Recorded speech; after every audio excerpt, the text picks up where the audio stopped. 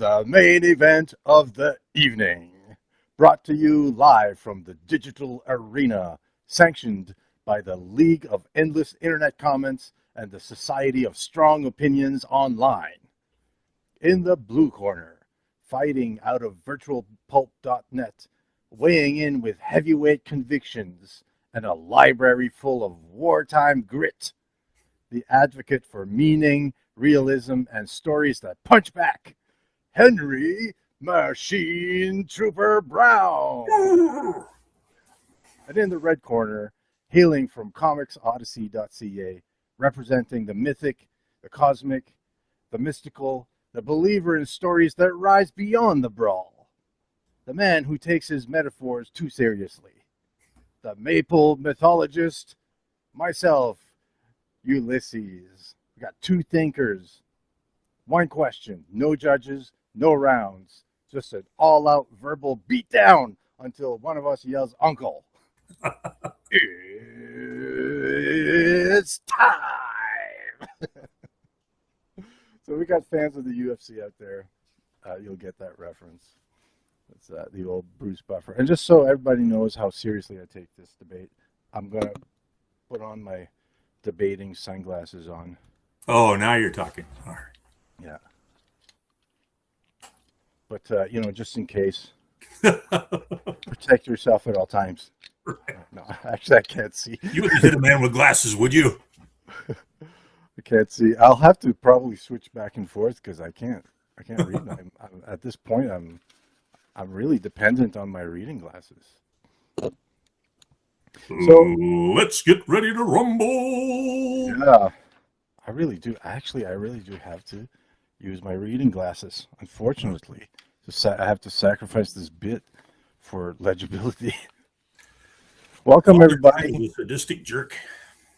Rhino says hello, guys. Hello, hi, Henry. Hey, what's up? Got a few people in there who are ready to watch this battle. I thought it would be fun in a way because it's been kind of floating in my internet sphere, the whole politics, propaganda, art discussion, and of course that's something that's been discussed a lot over the last 10 years, of course. You probably are more aware of that discussion, having been more of a writer, right? Of the political discussion? Yeah, well, I mean, like politics and art thing. Yeah. Because Yeah. I was more like, I'm sort of new at like writing, so I've been like writing and making comics and stuff. So I've been aware that I'm aware that there was a culture war. Yeah. But more like as a spectator, not so much as because you've been writing for a long time, so you're like pretty cued in, like tuned into like that whole thing. Plus, it's resulted in actual repercussions on your writing career. Yeah. And I've been involved in more online political pissing contests than you'd probably care to hear about. Well, I think we all we've all left a bit of a trail of arguments on the internet, like most of us. So I thought what we'd do, as we discussed, to set the tone of a debate, insofar as this is one, to steelman each other's perspective as we perceive it. So I'm going to try to express what might be your perspective in this debate, which is always like politics in art, yay or nay. So you maybe take more of the yay perspective and I take more of the nay perspective. Is that fair? Yeah, I think so. Okay. So I'll try to like build a case for your position and then you will be doing the same. And once I've built the case, we'll take some, like say 10 minutes, 15 minutes, whatever, for you to correct my perspective of where you're coming from or just like add to it or whatever. Okay. Okay. So as far as I see it, I detect like four arguments in favor of allowing politics into fiction. The verisimilitude argument, that's something you've mentioned. So, good fiction reflects life, and life has a political dimension. To ignore it is to lack authenticity. Pretending the political landscape as is doesn't exist is simply ignorance and probably just bad writing. Uh, the second argument, hypocrisy and cultural pushback.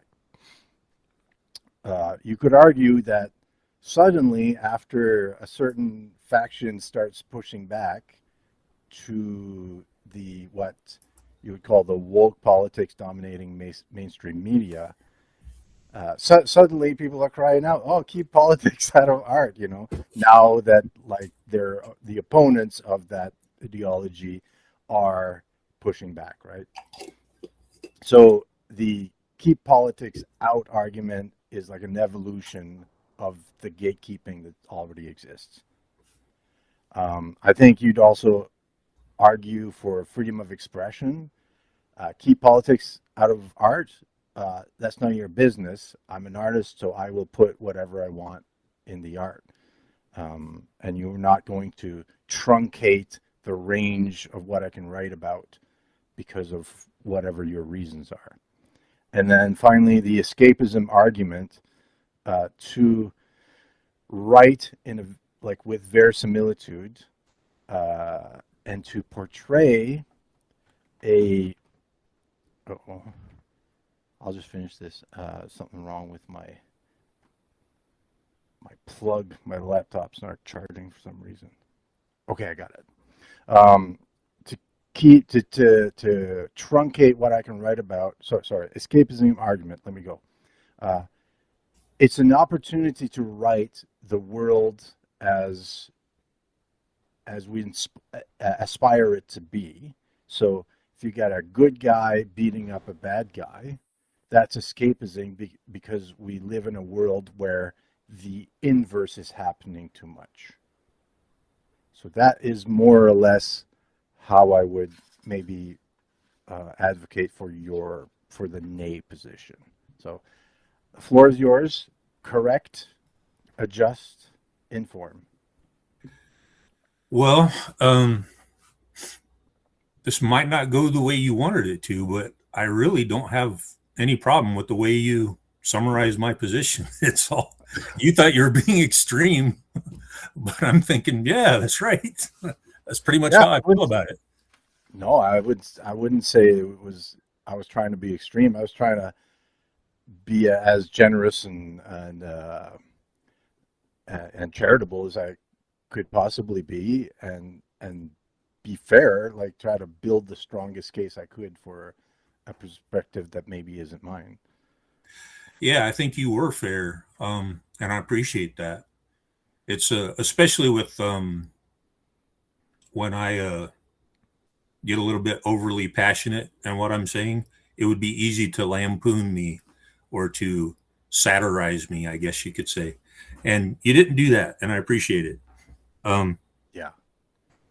So I do consider. Well, I was just having this conversation with Joe from the Brothers Kren the other day, and he is, as a lot of people on Substack are, excuse me, he really likes fantasy, and fantasy, I think, mostly from the medieval period, which I like it too. Just I'm not as big of a aficionado as a lot of my Substack friends are. But one point I brought up to him was that, I mean, that stuff back then was political too. It's just that the politics of that time is almost almost indecipherable to us now, or it's not relevant to us anymore. It's so far removed from what we know in our world that we just don't recognize it, maybe. But it was there, and I don't think it was there because I don't know. Maybe some people were trying to make a statement or a polemic with it, but I think they just put it there because that's the world as they honestly saw it. And that is what I try to do too. I try to, even though, like for instance, Threat Quotient, my graphic novel, even though it's an alternate reality, I wanted it to look and feel real. And so I consider it kind of honesty when I portray the world as I see it. Now, that's not to say, so I'm not like the Marvel and DC writers where uh, any opportunity I have, I deliver a lecture. This is wrong, and you're wrong if you don't like it, or if you don't agree with it.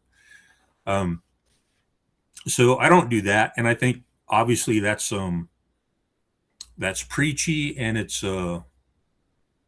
basically forcing the audience to sit in on a political lecture. And I may have been guilty of that in the past when I was younger and it was harder to contain my passions when writing. But I really think I've overcome that. And I do make observations in my work. Uh, but even that is too much for some people because of one of the things you mentioned. The the audience, and I include other writers in that, has been putting up with political messaging for all their lives. And it's only now when someone like me comes along and pushes back from the other side or presents a reality that has not been presented before that, oh, suddenly now it's beyond the pale. You've got to keep politics out of our entertainment. And some people will argue, is it even possible to keep politics out of your entertainment? Uh, the very fact that I have masculine heroes is political to some people. The very fact that I have very feminine female characters is political to some people. And it means I'm a member of the patriarchy or something like that. So I think even if you try to avoid it, it's going to be interpreted as political by somebody anyway. And so it's kind of, it is a tightrope to walk. You kind of walk, you got to um, avoid getting preachy or, um, avoid getting preachy on the one side, and yet be truthful, be honest on the other side. So it's a tightrope that I think I've learned how to walk pretty well. But I know there's people who are going to disagree. The very fact that I show some things or mention some things that are relevant in the world right now is going to turn them off. And also, like, what does it mean when you're political? How do people define that? Is it noticing stuff that's actually happening? Does that make it political, or does that just make it an observation? Um, if you don't take a position on it, but you just talk about what's there, are you being political? So that's a question I would ask too. Um, but yeah, again, I think you articulated my position quite well, and I don't really have any bone to pick with you about it. Thank goodness. I don't want to a bone to, I don't want a Southwest American to have a bone to pick with me. We have laws that prevent us from defending ourselves over here. And I don't want to hit a man with glasses, so there you go.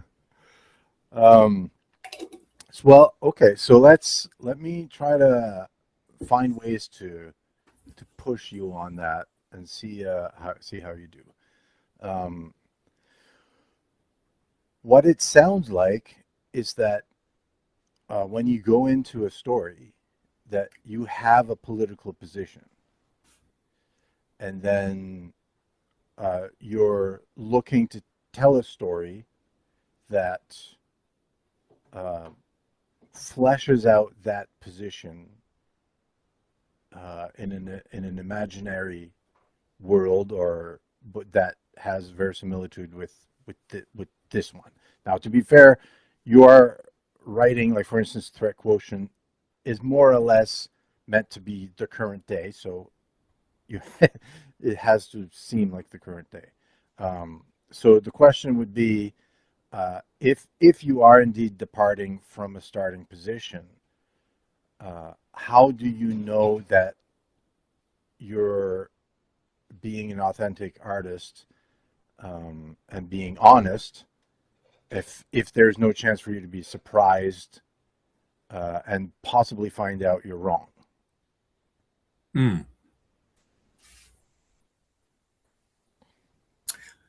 I don't think. Well, if you are honest, then I think there's always a possibility you can find out you're wrong. My positions on certain things have changed quite a bit in just the last 10 years. I still consider myself on the right. Um, so when I wrote Threat Quotient, when I wrote the script for it, it was right in the middle of the lockdowns. So the the scamdemic was underway at the time, and you remember the riots during the summer of 2020. I don't know if you, excuse me, I don't know if you had them up there, but we definitely had them in most of the major cities down here, and it was just something that was like I saw constantly. Not that I watched the mainstream media, but um, just because I try to keep informed and I have some alternative news feeds that I go to try to find out what's going on. And there's little stuff like um, they told us we had to get the vaccine to protect others or to protect ourselves, right? But you were some kind of threat if you didn't get it. So I look at that and I say, well, if you take this vaccine and you're protected, then why are you worried about whether I took it or not? That's my business. If it's my body, my choice, which you always say when it comes to abortion, then why are you worried about me? If you're protected from me, then it shouldn't be a concern at all. But people were losing their jobs. People were getting, I don't know how much you remember for that, but people were getting all kinds of pressure to take this experimental jab. And it just doesn't make any sense. The whole mask wearing thing, if you, I forget the exact numbers, but this mask with like a 100 micron or a 1000 micron gap between the fibers of the mask was supposed to stop the 1/100th of a micron size virus particle. It's like trying to keep mosquitoes out by putting up a chain link fence. Now, is just the fact that you observe that stuff that it makes no sense, that it's ludicrous? Is that a political position? Does that put me somewhere to the right of Attila the Hun just by noticing that and commenting on it? Am I not allowed to make those observations? Or am I not allowed to use logic if it flies in the face of somebody's agenda? Does that make me a dangerous person, a fringe lunatic, or a wingnut? That's where I'm coming from, Ulysses. Yeah, I understand. So is the work of fiction flexing your freedom to say those things? Well, that's one thing that it accomplishes, not just for me, but for anybody. That's the wonderful thing about fiction and any kind of storytelling, is that the audience, for whatever length of time, they get to see the world through the lens that you see it through, or through the lens that you craft, for that specific story. So yeah. Now, did I go into it with the intention of making a political statement? No. Um, it's hard to pinpoint any one single uh, inspiration for this. Do we have time to get into that? Because that's kind of going to pull us away from the political Oh, I've debate here. yeah, I don't see why not. Okay. Because really, one of the things I can point to is when I was a kid, I was a young boy, and when I got a chance, when I had money to get a comic book, it was usually at the drugstore or somewhere with a spinner rack. And which ones I have, which ones are still remain in my collection, depended on what was what was on the spinner rack on the day that I had some money and went to go get it. Well, by luck of the draw, if you believe in luck, um, one of the comics I picked up as a very young boy was the last issue in the Korvac saga. So it was a copy of the Avengers, and what you have there is like an epic battle. It wasn't just the Avengers. It wasn't just a handful of Marvel heroes, but it was like most of the heroes in the Marvel universe assembled to fight Korvac. And I recently reread it, and it's not as impressive now as it was to me as a young boy. What I got out of that was that there was something in there was the essence of heroism. There were these heroes that were fighting an impossible against impossible odds, um, and most of them died in actuality in that battle. Of course, they were brought back to life later, but comic book writers do that. Um, but the fact that they were willing to put their lives on the line uh, for what they thought was right against impossible odds was something that impacted me. And that was something at the time I remember thinking, I'd like to tell a story like that someday because there's something inspiring about it. And of course, it's inspiring to other people's too, or you wouldn't have the success of like 300 or, many ones that you could name, many stories that you could name. And so I nursed that idea over the years. And it wasn't until later, because I was 15 years old before I had any notice or interest in politics. But as that idea, and I had created my own little pantheon of characters and stuff, and those evolved over time too. But as I occasionally nursed that idea, not because I thought I'd really be making a comic book someday, but because I was bored or I was doing something repetitive or, mind numbing, and my mind just went there. I gradually added on to it. And eventually I started filling in the blanks with the observations and the experience I'd had just going through life and seeing the world around me. And a lot of those details would have political implications for a lot of people. Just the fact that I would notice them or that I would present them the way that seems honest to me. Does that make sense? Yep. Yep. No, I think it makes perfect sense. I think, yeah, I think you're trying to say that if you don't do this, it seems like a dishonest thing, because you would be like betraying this incontrovertible thing that you're seeing in front of you. Mm-hmm. You tie that in with like heroism and stuff. Like it's interesting because you saw that thing as from 1986, DC Comics, mini series called Legends introduced the Suicide Squad, and I mean it ends by quoting Ephesians 6:12.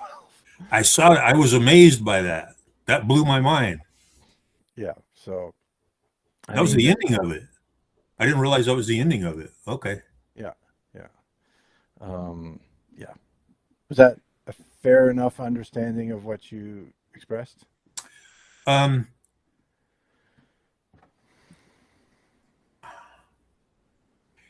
well, yes. On top of that, and I've written about this before, because when I was a kid, when I'd read a story about, you know, um, superheroes seemed relevant to me because, without them, the criminal underworld would take over the world or there'd be chaos or anarchy or something.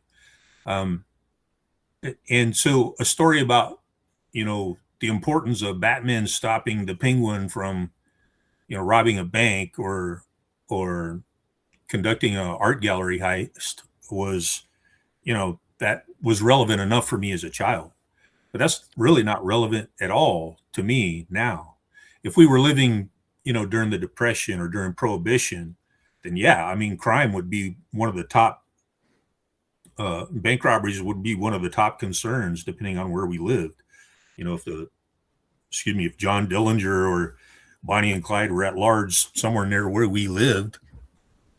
But we don't live in that world anymore. And that's not what's relevant. That's not what I see when I look out in the world and the things that concern me. What kind of things, if there were such things as superheroes, what would we have them do? If they're good guys and they fought for the right, well, who would they be fighting? Those are the kind of questions I ask. Yeah. And again, I just Very consider them writerly approach to it. That's very like writer. Yeah, that's big time. I know I'm trying to get my visual orientation back, uh, but I'll probably never lose the writer's perspective. No, it's good though. It's good. Sorry, I cut you off. Um, well, um, I guess what I'm trying to say is that the more mature a reader is, and maybe that has nothing to do with it, but the way I see it, the more mature a reader is, the more, and especially if you're telling an adventure story or uh, a story with like a big central conflict, um, the stakes have to be pretty high for the reader, and the stakes have to be relevant to the reader.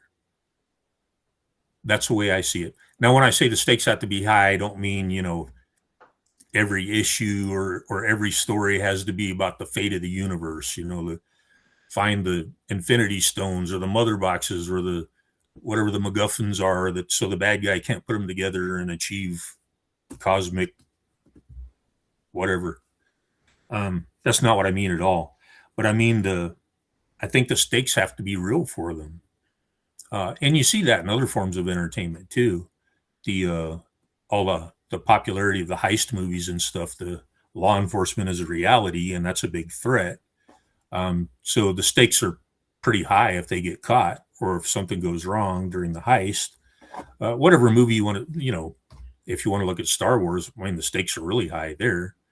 Um, but so this is a reality very close to ours. As I said, I conceived, I started putting the story down on paper in like 2021 and with what was happening in the world then. And it seemed to me that uh, a lot of people were letting the mask slip as to their totalitarian inclinations. Because basically we were under martial law. I mean, they didn't call it that, but in effect, we were under martial law for a couple years. The term lockdown is a prison term. You lock Yeah. down prison. Yeah, yeah. Um, and not to beat a dead horse, but if I did make it a story about stopping a bank robbery or some other kind of crime spree, I don't think it would be as relevant. I don't think it would be as interesting, and I don't think the stakes would be that high. I understand. Yeah. Hope that answered your question. So let me. So I'll do one last push against the yay position that you're representing, and then hopefully maybe people in the chat can ask questions. If no, then we'll move on to Well, that would be awesome. Yeah. my side. Uh, so I would say to me, out of all of this, what enters into tension with me is this. And the thing is, I would have been very much on board, say 4 years ago, because my employment was threatened due to the vaccination thing and all that. So, I mean, I get it. And in my country, in Canada, um, the one effective protest here against these mandates, people are still fighting in court to defend themselves against like trumped up charges for protesting, related to the convoy. So, but what enters into tension with me now, as where I am in my life now, I think I may be overthinking this. So I say this kind of lightly. Um, I think what I'm seeing in this inclination to insist on pointing out something that's wrong is a Anglo-Saxon Protestant, comes down kind of like downstream from Reformation. Mm. And I have to say that I see you grinning, so that's interesting. I have to say that it might strike me as a person rediscovering my French and Irish Catholic ancestry as correct. The observations are correct, but I think there's something in there that seems uh, resonant with a refusal to submit to an ordered hierarchy. Hmm.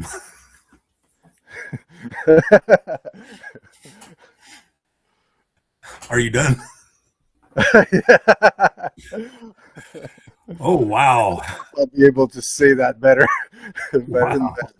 I realize that has maybe a bit of spice on it, and but it's also like I'm not sure about this, so I'm putting it out there as a point of discussion. I had not thought of it demographically before. I had not thought of it like that I was predisposed to that because of genetics. Um, but and I see this brings up something. I could take us off on a big tangent here. Um, what was the last thing you said? Because that was interesting too.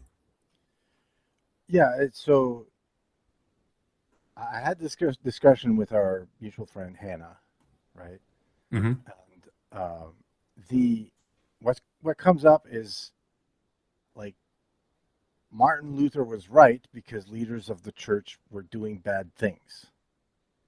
But my perspective on it as someone who favors the church, right? Because Hmm. it is the tradition of my ancestors, uh, is that yes, he was right up until the point that he refuses to submit to the ordered hierarchy. So at Okay. one point he so what I see in this inclination to like, hey, that's wrong. We got to point it out is, oh, that's the beginning part of the rebellion. Mm. So you're kind of looking at it from a Romans 13 perspective, maybe. Oh, you know better than I do what it says there. I'm Oh, just I'm a okay. baby in this domain. Uh, wow. Well, you're not the first one to. I mean, you said it very kindly in a very diplomatic Canadian way, but you're not the first one who's accused me of being hard headed and rebellious. Shocker. Uh,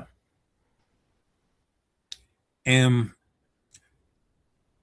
my opinion on how much genetics affect personality and maybe worldview, that's changing too. Because I don't know if you're familiar with Vox Day, but he said something a few times. Um, and he's someone I disagree with him about a lot, but there's some stuff that I've learned from him.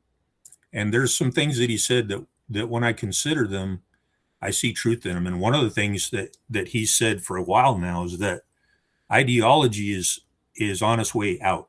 It's not going to be important anymore. It's all going to be about identity, and specifically, sexual ethnic identity, or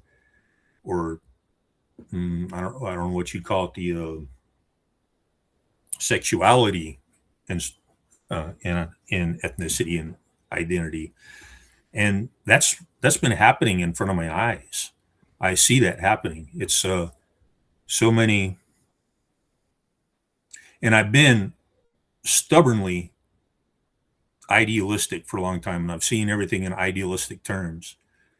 But that said, you could be right that there could be something in my DNA that makes me chafe at injustice or what I perceive as injustice and feel the need to call it out, um, if not rebel against it. But I disagree with you that it's wrong to rebel against it, especially Martin Luther. Now that he had problems of his own, he didn't get everything right.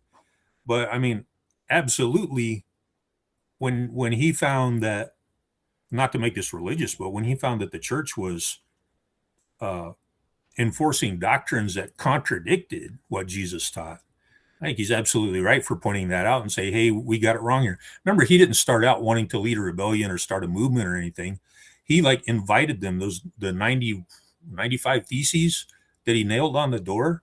That was like to start a conversation with other, members of the clergy in addition to himself. Of course, they totally reacted like, you know, a lot of people, a lot of snowflakes today react, or a lot of people who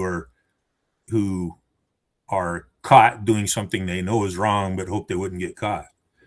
Um, so I don't know, and I do know you can take rebellion too far, and there are plenty of examples of people who do that. Uh, so I'm not advocating rebellion for rebellion's sake, but I do think there's a place. I mean, depending on how you define it, uh, Jesus himself was rebellious against the religious leaders of his time. I mean, is he wrong? I mean, this is God in the flesh.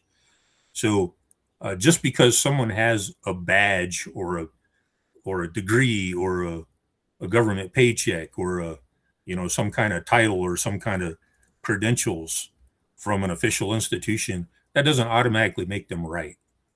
So that's where uh, that's where my stubbornness comes out, most likely. Yeah. So I would say that I agree, but there's a line in there that I see like only like with intuition that I wouldn't be able to perfectly point out. So we'll end this part. We've been going for about a half hour. Read some comments. I'll take a washroom break, and then we'll do the name perspective Okay. in the same manner with Steel Man and everything. So Bacon Commander, awesome username. It's important to understand that a great deal of modern literature has been influenced heavily by people with vast wealth and power who genuinely were pushing their agendas. The Fabian Society is a perfect example. Yeah.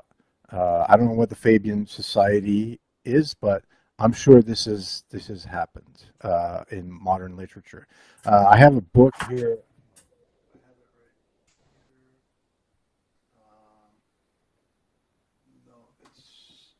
No, it's stashed away somewhere else, but it's called "How the CIA Played America," and it's a really good work of journalism. And just like 100%, like at this point, like the evidence is there, so it's a matter of public record. I mean, like it's obviously all a lot of it. Like the CIA had their hands in a lot of pies. Yeah. Yeah. Dirty, Uh, dirty organization. Bacon Commander. In retrospect, many narratives were pushed through comic books. I can see it now, though I couldn't in my youth. That's the thing. Like part of like I think a lot of like the key politics out of my comics are kind of are nostalgic about what they remember things being like, but they were maybe not. When you go back, you see more clearly that necessarily weren't there. So, Bacon Commander, at the end of the day, storytelling is almost always a tale of good versus evil. An author will always put forward their ideas, sometimes through coercion, but always some inherent bias of what is good and what is evil. Um, I agree with that, but I would disagree with the framing because the inherent bias part, unless I'm misunderstanding, I don't mean to mischaracterize your position, seems to give give the devil his due in a way, like because it kind of acknowledges like a relativism that I don't think is there. Um, Bacon Commander, I ain't never seen you guys on video. Which one is Henry and which one's Ulysses? Well, uh, Henry's the handsome one. No, I'm Ulysses. This is my channel, and Henry's the co-host of Comics Odyssey, which is a podcast we do every week, mostly about comics. This is a bit of a departure. Yeah, Hans says Henry's in the red shirt. Bacon Commander. X-Men was totally a take on the civil rights movement, namely racial discrimination. Yeah. I think it started out as that, and then like in maybe the 90s, it became more of a LGBT metaphor. Yeah. Okay, so I'm gonna take a washroom break.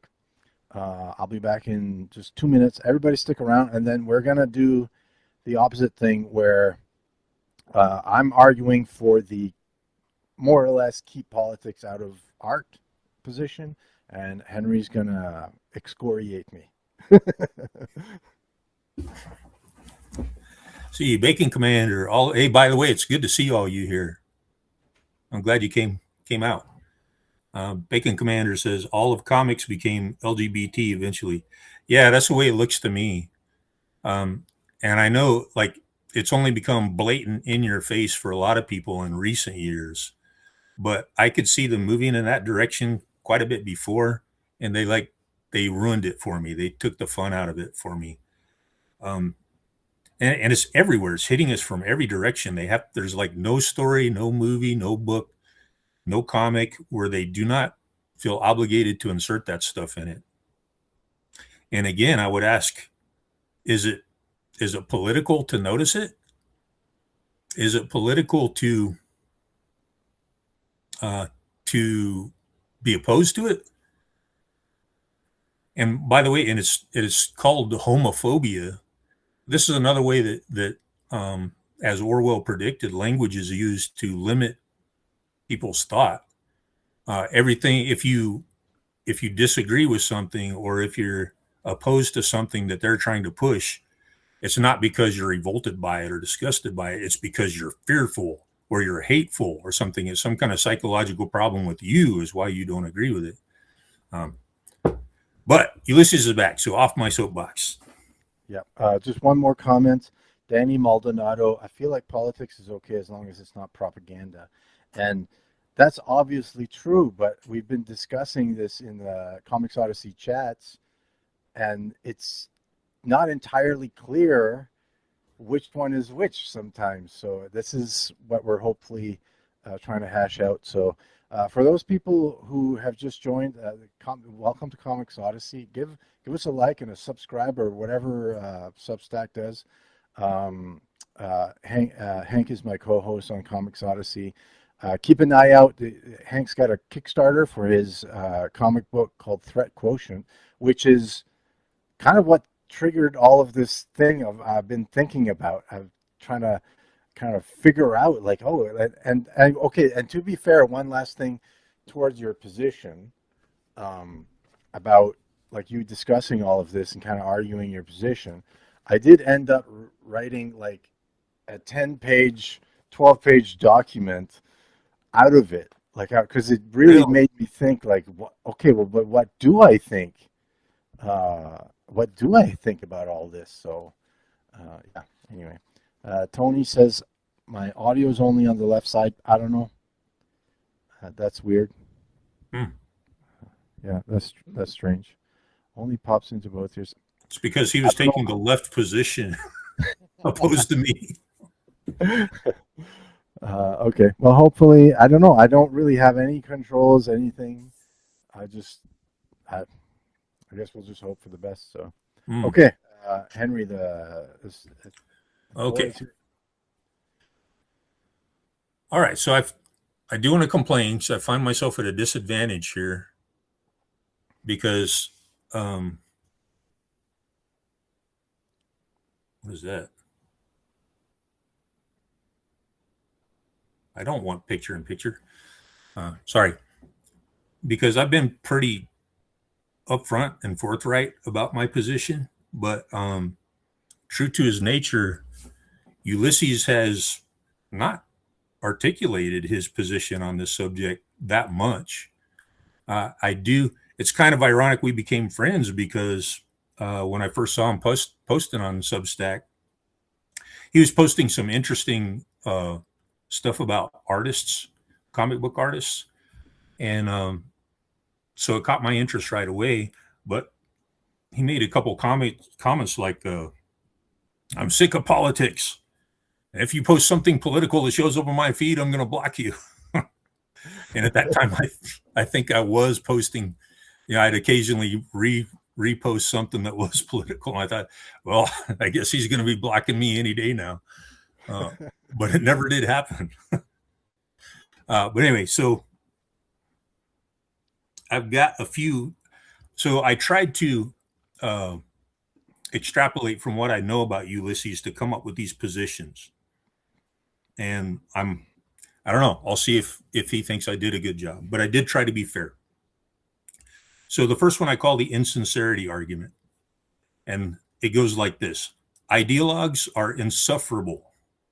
They ceaselessly push their agenda and become, not because of some passion for deeply felt conviction, but because of ulterior motives.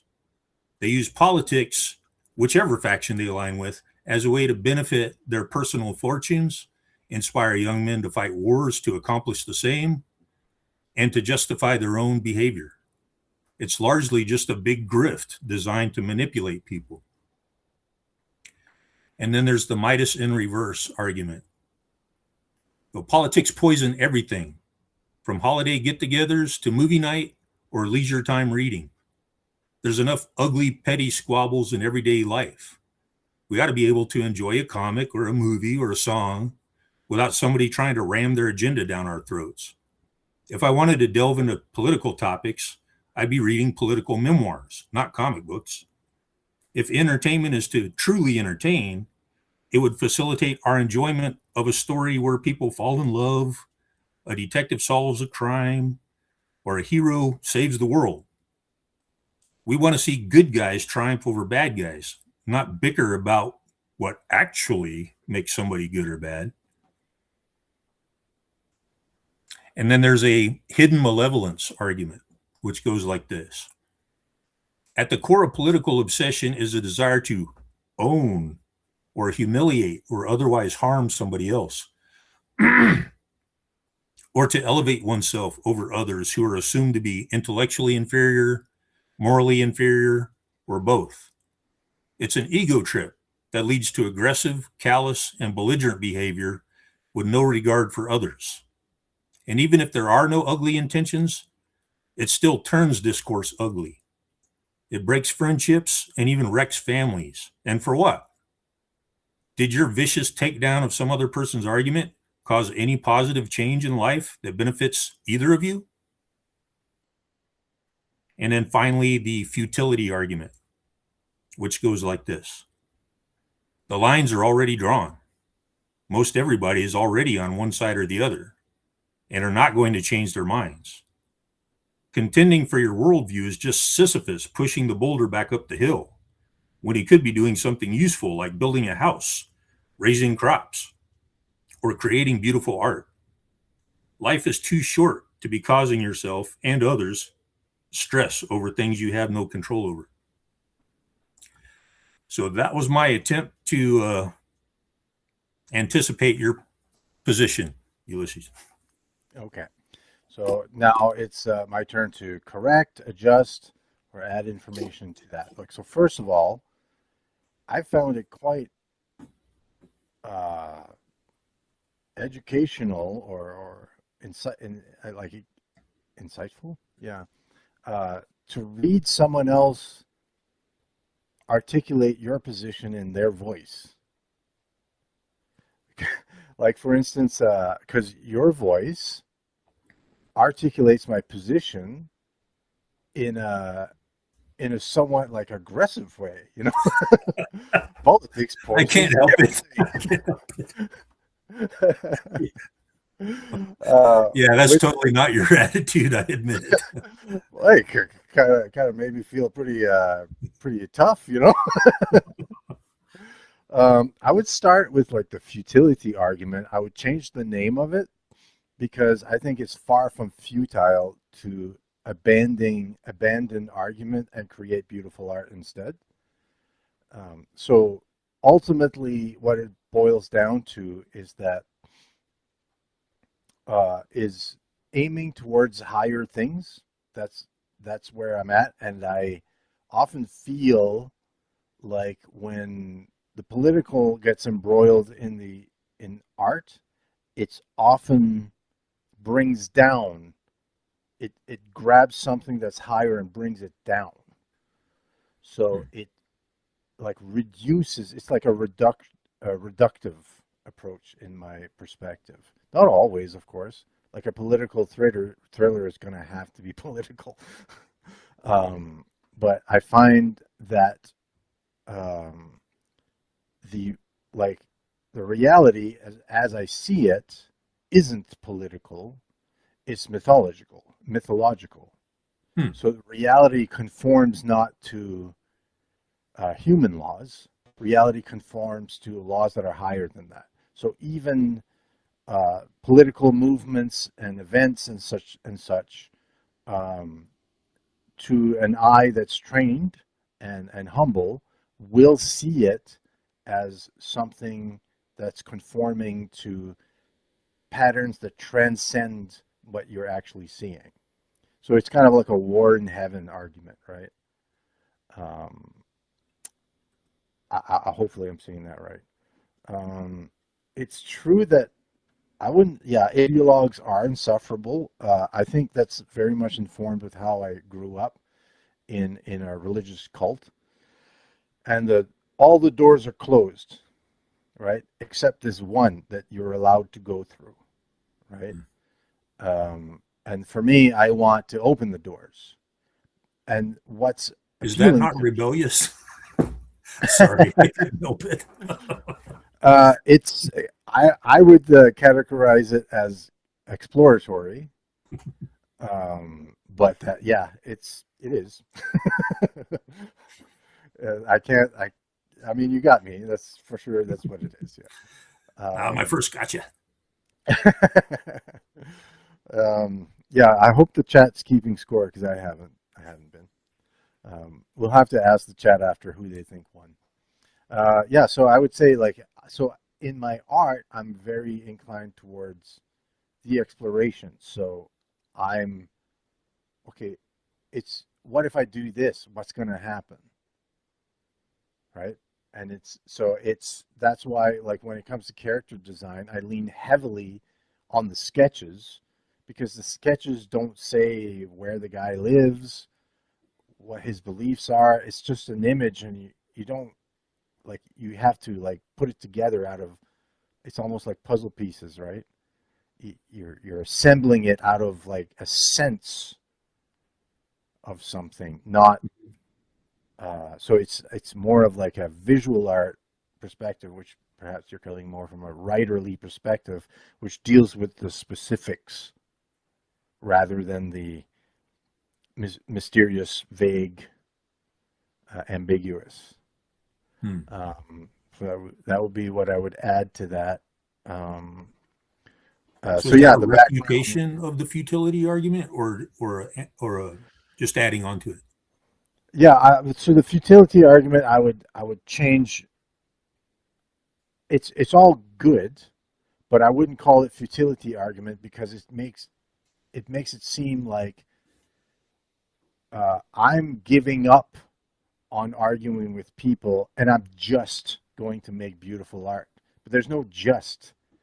Beautiful art is I'm leaving behind what is lower than art, Okay, namely arguing with people in order to dedicate myself to something that is higher than it, which is not futile, okay.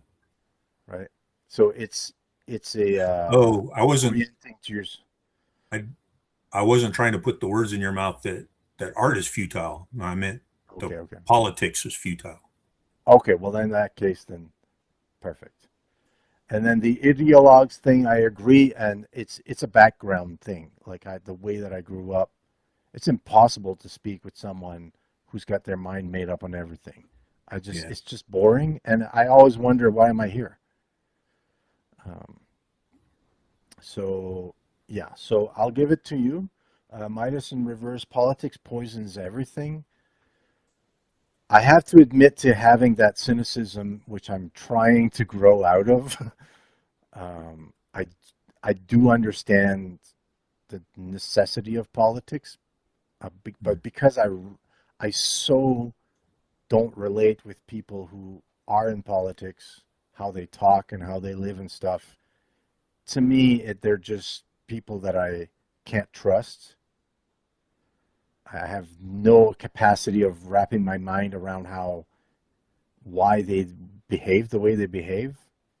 So I'm kind of cynical towards the whole thing, but I am trying to, work my way out of that. So, okay, that's how I might make an adjustment on what you wrote. Okay. So I wasn't too far off. No, not too far off. Maybe you focused on things that I wouldn't have focused on, Oh, but the what things you would, focused on are not wrong. okay. What Yeah. would you focus on? So since I didn't completely get your position right, would you like illuminate us as to your position? It would be the transcendent argument or something like that. Um, for me, I think there are things that very much transcends the political dimension, and art is a sacred gift given to us by God, and therefore I want to do what I can to express gratitude by using that art to aim towards what is transcendent, because it is a transcendent gift. Hmm. So I would say like that. So I feel my personal perspective when I see people drag art through the mud of politics, it's like you're bringing down a sacred thing. It should be up here. You're bringing it down here and you're dirtying it up. Okay. Is this where we start, where the bloodbath begins? Yeah. This is Throwing at where each other? yeah, you rip my head off. Um, so transcendency, but even if your art is transcendent, for instance, Spirit Girl, you're still dealing with physical realities, even though the reality is a little different in the world you've designed. You're still dealing with realities that people have to face, right? And in this case, it's these giant uh, goat beings that are a menace to the local population in Northland or in that in near Harryburg, right? So does that? Um, I would bet money that there's somebody, maybe not anybody who watches this video, but I would bet money that there's people we interact with on Substack who could find some kind of political message in that. So that's where I guess I don't understand your definition of transcendence. Hmm. So that's a good example. So the way I see it is the whole made in the image of God thing is that everything is a symbol of something higher. So Mm-hmm. even though it's physical, it's it's the the true reality of the physical Mm-hmm. is that it's a an extension of something higher than the physical. Okay. So everything represents something higher than itself, and it goes all the way up the chain to the ultimately transcendent, which is God. So the all the elements, as far as I try, I don't. It's more like an intuitive process for me because I'm not an especially like astute. I'm not a writer. I Isn't I'm I sort of like stumble my way there and hope that something good will come out of it. Plus, I'm very new at it, so this might be a naive position, but I kind of see that she's named Spirit Girl, so it's the clues in the name. She's a representation of something higher than herself, right? So so what you see playing out in the physical world is uh, is an image of something playing out on a higher dimension. Okay. So as an artist, I try to keep that in mind so that when I write a story, I don't I try not to get pulled into down here. I try to keep in mind that actually it's up here. It's a bit of an awkward way to put it, but Well, I mean, I mean, you could look at it in inside or outside of a story. Human beings are representative of something higher. We're all made in the image of God, right? So we do represent Him, or we're supposed to represent Him in that way. And that's one of the reasons why murder is wrong, because you're defiling something that was made in the image of God. Not the only reason, but certainly that one. So in a story, and I do tend to, I use metaphor in what's allegory sometimes in what I write. So does that make it transcendent? At least if it reflects something higher than us. I would say that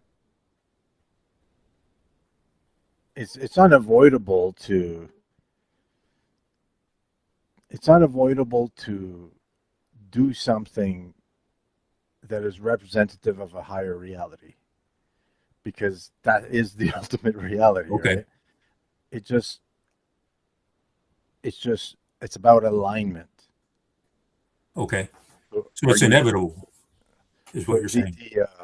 yeah, I talked we were talking about hierarchical order, proper order, right? Hmm. So I mean in the biblical myth, I don't mean myth in a pejorative way. It's a story. I mean, grand story myth, Right. right? Grand story with so many layers. That's kind of what a myth is. Uh, there is the uh, there is it's a story about um, like in the Genesis, like Eden's thing. It's it's a story that explains why you must be you must submit to the proper order of things instead of rebelling against it. Mm. So it's about so the rebellion, like in Tolkien, um, Sauron or Melkor or whatever, they're part of like the transcendent reality in the sense that they're in the imagination of the writer, right? So so it's just the world has a certain order that it's displaying, Okay. that it's communicating or expressing, right? It's just those characters represent a certain thing in that transcendent reality.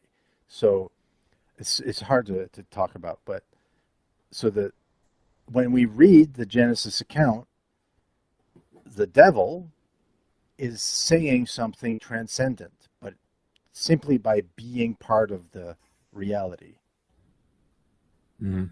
right? So, so when you write a story, this whole thing started because you said, uh, I asked you about transcendency, what your definition is. yeah. So the thing is, yeah, but there was another piece in there. So it's like if I use metaphors in my story, is it transcendent? Right. This is not like a technique thing. It's about how it aligns with with the order of things.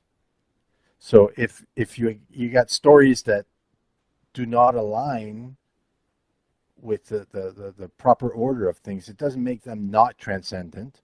It's just when you're observing them, you're seeing the transcendent message of this is what happens when you don't align properly to the hierarchical transcendent hierarchy.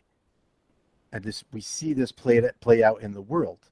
When you fail to submit to the authority of God, this is what happens. Look.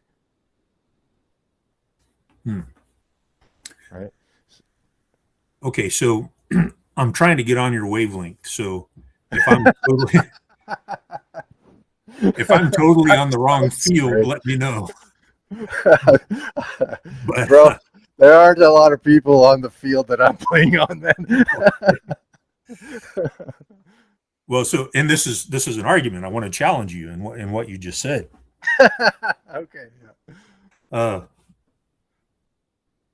So when you brought up the creation story, so in that there was order, and it was established by the highest power there is, and he said everything is very good, which for God to say everything is very good, that means it's perfection, right? That's order the way it's supposed to be. Yes. But along comes this agent of chaos, the enemy, the adversary, and starts to poison, to corrupt that order. Is it not transcendent for me or someone else telling the story to point out that what he's doing is wrong? Or Uncle. this is something that happened. Well, of course, and all the biblical writers did that, right? Yeah. So if your work is transcendent, right, and I don't know exactly where you're going with the satyrs and Spirit Girl. Maybe I shouldn't use Spirit Girl because I've only read the 3 books so far. Yeah. But if everything, huh? There are only 3. Yeah. Well, you're working on number 4. I know you've got the rest of them up here somewhere. Yeah. But I mean, it looks to me, I would assume, and especially after what you just said, that that's going to be symbolic or representative of something on a higher plane, or it's something transcendent. I know in my work, well, you said all work does represent something on a higher plane, whether it's intentional or not. Did I get that right? Yeah, it's more or less like, it doesn't matter what you do. You're either intentionally or unintentionally aligning or misaligning. Okay.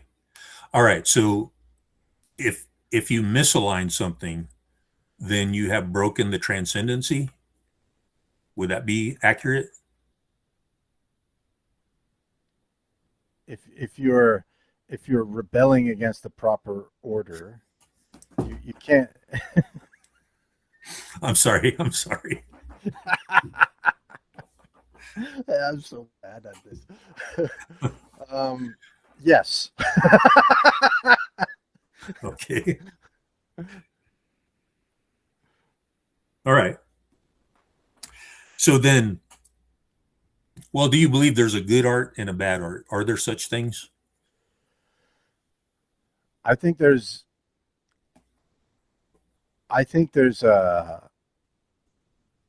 beautiful art, mm-hmm. and then art that separates itself from what's beautiful in degrees. Okay. Is that in the eye of the beholder? No. Okay. Ultimately, no. So it's so there is such a thing as objectively good and objectively bad art, and it connects to how, and it is qualified or disqualified based on how transcendent it is. By how it aligns itself to proper hierarchical order. It's all transcendent. Wow. It's all transcendent. All right. Well, that's something for me to think about. I'm sorry, Henry. No, see, now you put that idea in my mind, and I'm going to be thinking about it with every story I tell from John. Did I put everything in its proper hierological order? A Bacon Commander said, when I try to draw it, that's bad art. I don't know. Have you seen his art? I don't know. No, I haven't. Yeah, so we don't know that it's subjectively bad. Could be very transcendent. Yeah, I guess his art teacher told him in front of the whole class. Oh.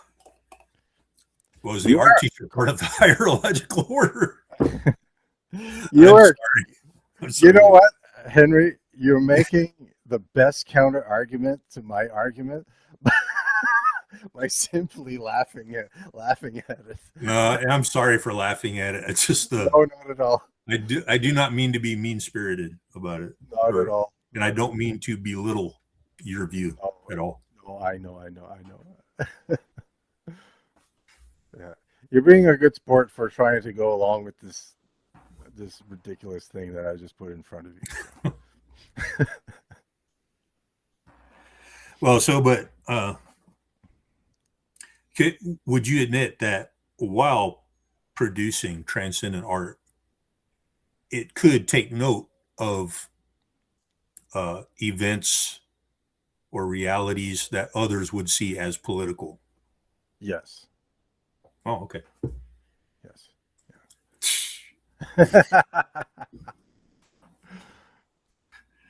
Yeah, 100%. What is the line? What is the line? Yeah. What's the line? It's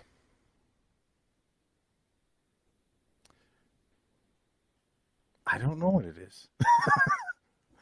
I don't know what it is. There's probably like so many things going on. Like exhaustion is probably one of them. I'm tired of because you had one part of your argument like of manipulation, right? It comes across manipulative. Mm-hmm. Sometimes I feel like my mind is a resource that people are going to war over. Oh, okay. I get tired of that. Yeah. Well, nobody likes being manipulated. I don't think anybody does. Yeah.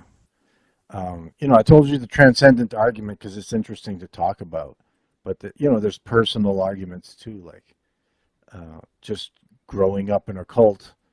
I kind of sniff out when somebody wants to convince me of something. Oh, yeah. Your radar goes off. Yeah, it's like, oh, yeah, okay. Like, you could have just made an artwork, Mm-hmm. There's that. Yeah, but the thing is another thing is just like, I think also I'm too dumb to really understand politics. I don't get it. So when people go into politics, sometimes it's like, I'm not smart enough to know who's being right and who's wrong here. Like I don't think that's it at all. I think what the impression I get is that your mind is concerned and focused on things at a higher level. I'm tempted to throw out words like metaphysical or spiritual. Well, I'll put it this way. What that whole thing like spurred me to do when I wrote this this thing here that you inspired me to do, the Northland Story Bible. Yeah, your bill's in the mail. I had completely avoided the political dimension of this, right? Mm-hmm. I'm like, I have to do this, and I had this notion in one of my other notebooks that I keep around. I don't know if you're like this, like, or if you use your phone or something, but I use a notebook like this, and I write down like a whole bunch of ideas. Did I open to an empty page? That's not a good sign. There's not a lot of ideas in there. And I decided I would make Northland a monarchy, spoiler alert, to reflect how I think the higher world is ordered, right? Hmm. Yeah. So so there's a political thing in there, but obviously, like I have the advantage of writing in the 80s and to make it a fantastical world if I want. Hmm. I don't, I can kind of like, I have liberty, but I chose that on purpose, Hmm. right? So that I could do stuff like that, Yeah. right? Yeah. Well, and I have to admit that I get tired of politics too, and I'd be happy if all movies and well, I think I'd be happier if all movies and books and entertainment was apolitical. And there's like I have stories rattling around in here that I want to tell one day if I get the chance that I'm going to manipulate the world building so that politics doesn't come up. And it's a lot easier to do with like fantasy and science fiction, you know. Yeah. Yeah. And I'm really looking forward to one of them. But uh, Tony Chung's been saying a few things. Do we have time to look at his comments? Yeah. I'm sure it's better articulated than whatever the heck I'm saying. He says, I think as a creator, it's difficult to produce work that goes against one's personal beliefs. Some might even argue that to do so would be deceptive or at a minimum inauthentic. I think I think he and I are in agreement on that. He says, I mentioned in a private chat that I subscribed to the Madeline L'Engle definition of good art, bad art. She defines good art as consecrated incarnational act, a service to the work itself that brings cosmos out of chaos, often surpassing the artist's own limitations. You're talking my language. Bad art is conversely selfish, preachy, or bad religion that tries to force a moral message, Mm. regardless of its subject matter or piety. She later discusses that good art is birthed when the artist is in service to the work, and bad art is when the artist seeks to glorify themselves or their position. Um, yeah. How is one, so Bacon Commander asks a good question. How is one in service to the work when the work comes innately from the artist's being? It's all selfish. Yikes. And that's not a bad thing, mind you. It can be, but Mm. ultimately it serves the self, even if it does serve others as well. Well, wow, that's a great little exchange there. It's not a little exchange, it's a big exchange. Um, I think part of like we did go into that in that chat is I think that for people of faith, um, they have an advantage because they have a tradition with a tool set that allows them to discern maybe better than the person without faith if their art is being if whatever they're doing is being in service to themselves or to something greater. Um, but you can take a stab at answering that because that's a really good exchange there. Well, it's interesting that he sees it as all selfish. And I guess so. It is kind of because we are selfish enough to think that other people want to listen to some story we want to tell, right? Although, you know, logic dictates that you want to tell a story that you want to tweak your story so that it satisfies your audience. So in that sense, you want it to serve them and not yourself or your own agenda or anything. But yeah, selfish in that what gives me the right to tell a story? Why can't some truck driver or some ditch digger be the one who tells the story that everyone listens to, right? Oh, I there's a selfishness involved in like, well, God put me here to do this. I'm anointed or whatever. Um, Like prideful. so can't I'm not sure if that's the way he meant it, but that's when I think about it that way, I can see how it could be selfish. Well, there's another thing here in the tradition of art. We're creating art out of like a modern context, and extricating yourself out of the context is very difficult, which would be a point in your favor. Um, the thing is there's a whole tradition of art that the whole art of self-expression is like a Renaissance era, like Enlightenment era thing. But before that, like art was always in service to something greater. So you if you made a painting, it was an icon of a saint. It was an icon of Jesus. It was an icon of Mary. Whatever it Mm-hmm. was in service to something else. You'd make a chalice that was for the liturgy. You made, like the illuminated manuscripts. What were they for? They were for uh, beautifying the the the text that was used in masses and so on and so forth. There's a whole and like the making a beautiful piece of clothing that a king would wear, right? This whole art is I'm going to express myself and it comes out of my head because I have something to say. I think is kind of a we're doing that because we're prisoners of modernity. Yeah. Well, the most pure art commission you could look at possibly was, when God appointed some craftsmen to build the Ark of the Covenant, right? Yeah, Goldsmiths yeah, and people that were great at making beautiful things out of metal. And so I think it's easy to argue that those artisans or craftsmen were serving the art itself, or serving something higher, and it was not selfish. So I guess there are examples of unselfish art. Um, and the opposite extreme of that would be, well, like the writers at DC and Marvel today, which they could give a flip about serving their audience. Obviously, they have open contempt for their audience.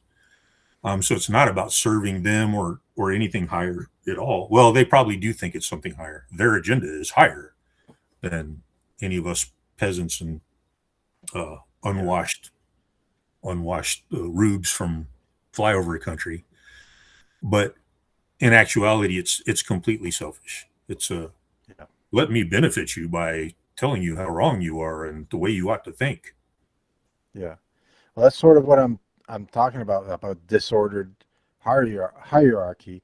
They're in service of like their ideology,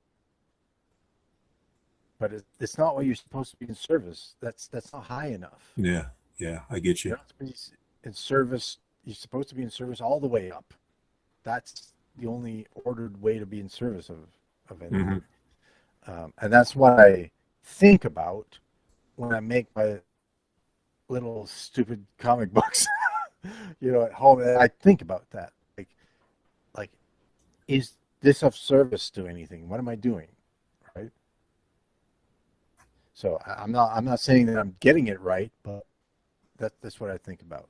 Anyway, this Tony and Bacon are really having an interesting conversation. Well, I got to catch up with it here. Yeah. Oh, he says that Michelangelo, his desire was to express the image inside the stone. Mm. And then Tony like has a rejoinder to kind of my whole diatribe here. I don't know. Is it selfish to be who you were made to be? Right. So Hmm. these are all like so. And whenever I do speak about this, and you correctly pointed out, I don't speak about it a lot, is because I keep that like rafter in the eye kind of idea in my mind. It's Hmm. like I never, like, when I speak about this, like, oh, keep politics out of art, it's not really a prescriptive thing because what do I know what someone else is supposed to do, right? We're all have different callings, is how I see it, right? Yeah. So Well, I I think this came up in one of our dialogues before, when we were commenting back and forth on Substack, that some people are, I guess, made to be culture warriors, or some people are, whereas some people are meant to be farmers or whatever. Some people are meant to go out and fight the war, and some are not. yeah, And I think whichever one you are, you probably know what it is. Yeah. once you're an adult.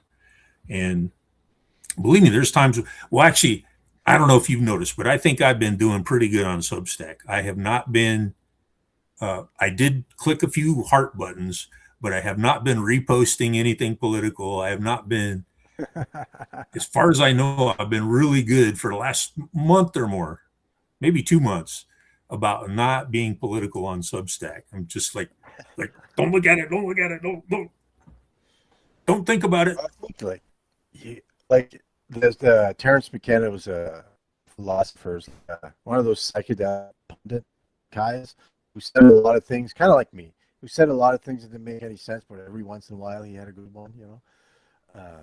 But he would say, like, once you got the message, hang up the phone.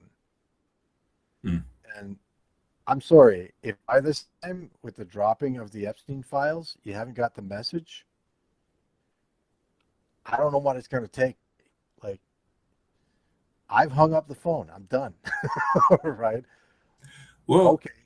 elaborate. That's what's going You on. you kind of lost me there. What do you mean when the Epstein files, with what's released so far? What message is now complete? Um, those people who rule over you don't care about your sides. Oh, okay, yeah, They don't care about your side. So you can be all like uppity about your side. But they don't care. yeah. That's completely irrelevant to them. Right? So So I did kind of nail that argument with you for you. Yeah. Well, and hard to argue with that. It's there's truth in that. These and that goes back to the they all have ulterior motives. They don't really believe what they claim to believe, or they would not be doing it this way. They're not sincere. no, I don't Yeah. believe that. Neither side. And you can look at the way, I'm both sides of the political aisle in my country are, well, that's why a lot of people call them the uniparty, because it doesn't really matter which one has the majority. The same agenda keeps going forward. And we have like a 80% support, including Democrats, want the SAVE Act, so that only citizens can vote in our elections. 80% of the population is behind this. And the ones who've been paying lip service to, securing our elections are the ones that, they're in power now and they're the ones stalling it. So obviously this whole, everything they've been saying is a lie when it comes to like who they are and what they want. They, frankly, 90% or maybe 100% of Congress is mostly concerned about keeping the Epstein files suppressed because their name's probably on it in there somewhere. Right. It's to the point where I am leaning toward believing that you can't make it in politics unless somebody has videotape of you doing something horrific. At this point, you can't dismiss any sort of possibility like that. Yeah. So we've been going an hour and a half. It was really good conversation. The chat and the comments, tell us who you think won. As far as I'm concerned, I won, but only because I grew in respect and understanding of my friend Henry. Oh, And doggone it. There you go, taking the high road again. yeah, I figured I'd do it first. I score one last point. I didn't get a lot of points. Come on. And yeah, no, for real. With all of that said, I think we're mostly in agreement, and we just have a different approach. And I think that is why once things calm down for you and Eric Starter, which will be linked below, and people should definitely check out to see if it aligns with their perspective. And I'm gonna back it. I'm gonna back the book. I think I'm excited for it. Thank you, sir. Yeah. So, but like when all that calms down, I will pursue you to hire you to write a comic book for that I will draw for Spirit Girl. So it's a good thing. People have different approaches. Woo. You learn what's better. Yeah, Tony Chung says 108 pages. That's right. 108 pages for threat quotient. 108 pages of demagoguery. Hey, let me show my pictures real quick before we wrap up here. Yeah, let's do that. I just want to say a quick word about that. If I can find them this time. Here we go. Well, this thing got my way.